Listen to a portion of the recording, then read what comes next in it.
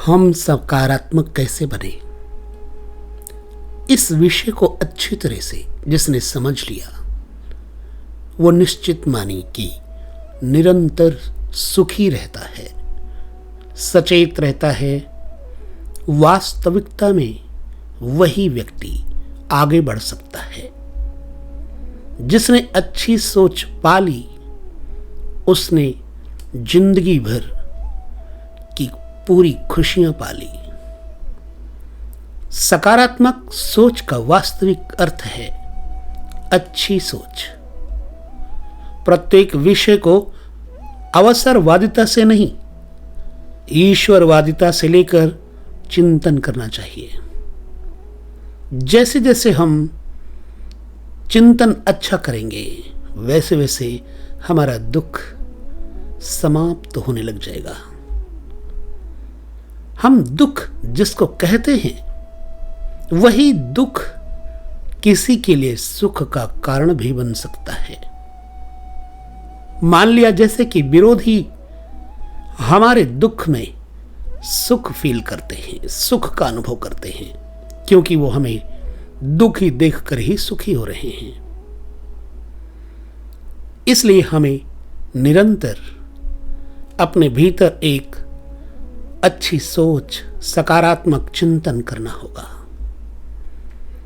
हमारे चारों ओर एक विशुद्ध ऊर्जा का अजस्त्र स्रोत निरंतर विद्यमान रहता है, जिसे हम कहते हैं ऑरा। अब यही ऑरा नकारात्मक यानी कि ऋणात्मक चिंतन करने वाले के पास भी होता है, और जब हम उसके साथ बैठते हैं तो उसकी विपत्ति, उसकी बात की स्थिति, उसका विपरीत चिंतन हमारे अंतर को नकारात्मक बनाने लगती है।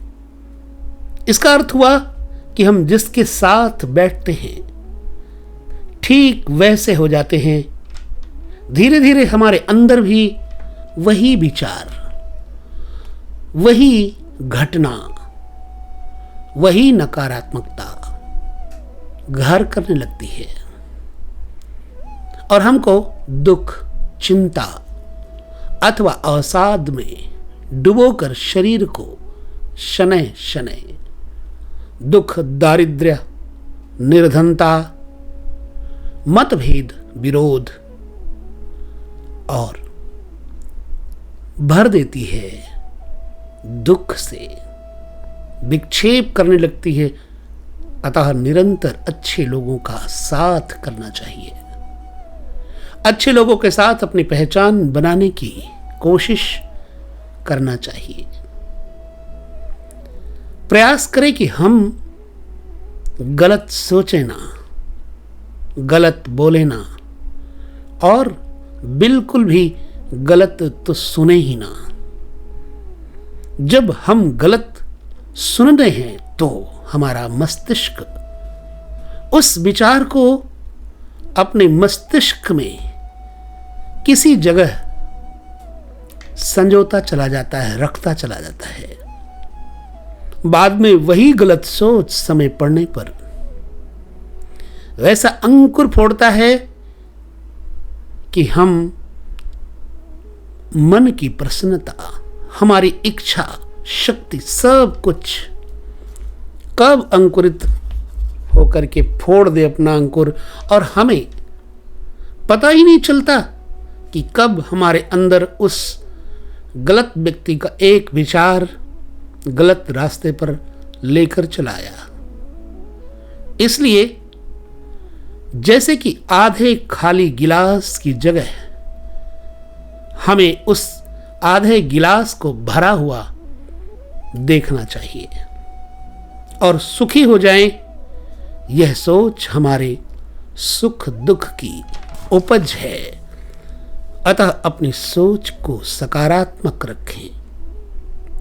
उस व्यक्ति के पास दुख नहीं आ सकते जो सदैव मुस्कुराता रहता है। यदि दुख भी आएगा तो सुख बन जाएगा, क्योंकि वो मुस्कुराता रहता है। तुम्हारी एक मुस्कुराहट से तुम्हारी सुंदर तस्वीर खिंच जाती है और लोगों के दिलों पर अपनी छाप छोड़ देती है। उसी प्रकार एक पल का शुद्ध चिंतन आपके सारे जीवन को धनात्मक कर देता है। धन, संपत्ति, वैभव ये सब सुख का कारण नहीं है, केवल चिंतन का कारण है।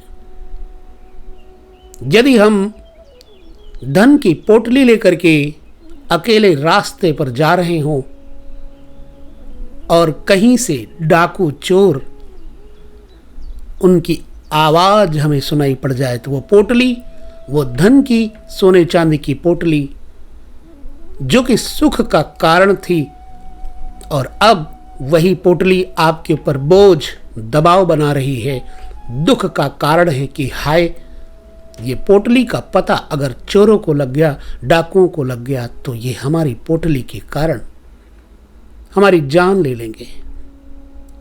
लिहाजा मित्रों, यह सुख और दुख की सोच से परे होना, यही सकारात्मकता का प्रथम चरण होगा। मान लीजिए आपके पीठ में फोड़ा है, पीठ के फोड़े के कारण आप मखमल के गद्दे पर अच्छी नींद नहीं ले सकते,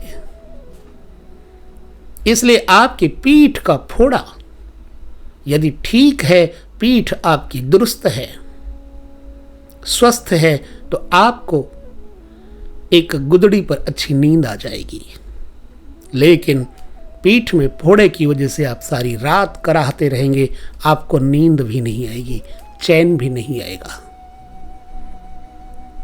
गाड़ी, मोटर, वाहन सड़कों पर दौड़ते हैं, धुआं छोड़ते हैं,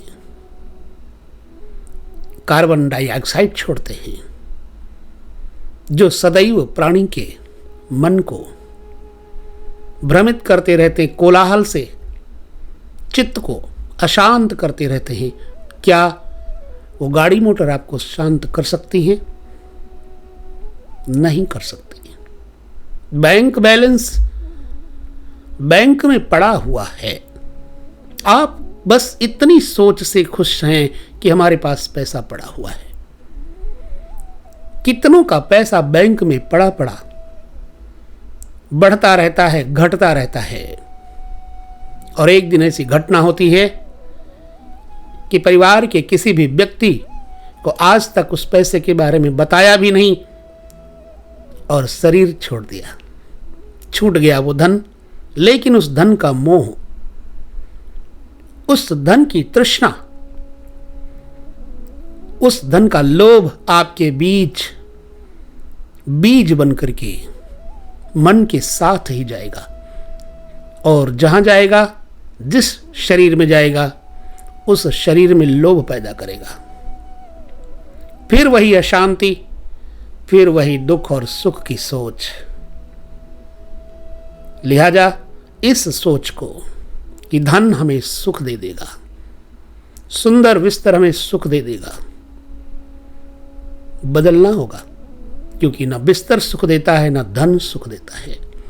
एक अच्छी सोच, एक अच्छा मन, एक स्वस्थ शरीर ही आपको निरंतर संपन्न और सुखी कर सकता है।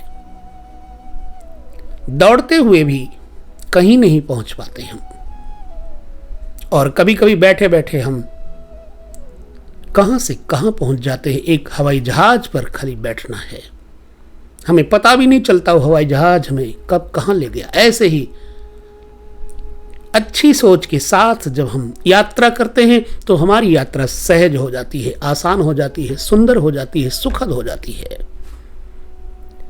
भविष्य का चिंतन अच्छी बात है, लेकिन भविष्य की चिंता अच्छी बात नहीं है। क्यों?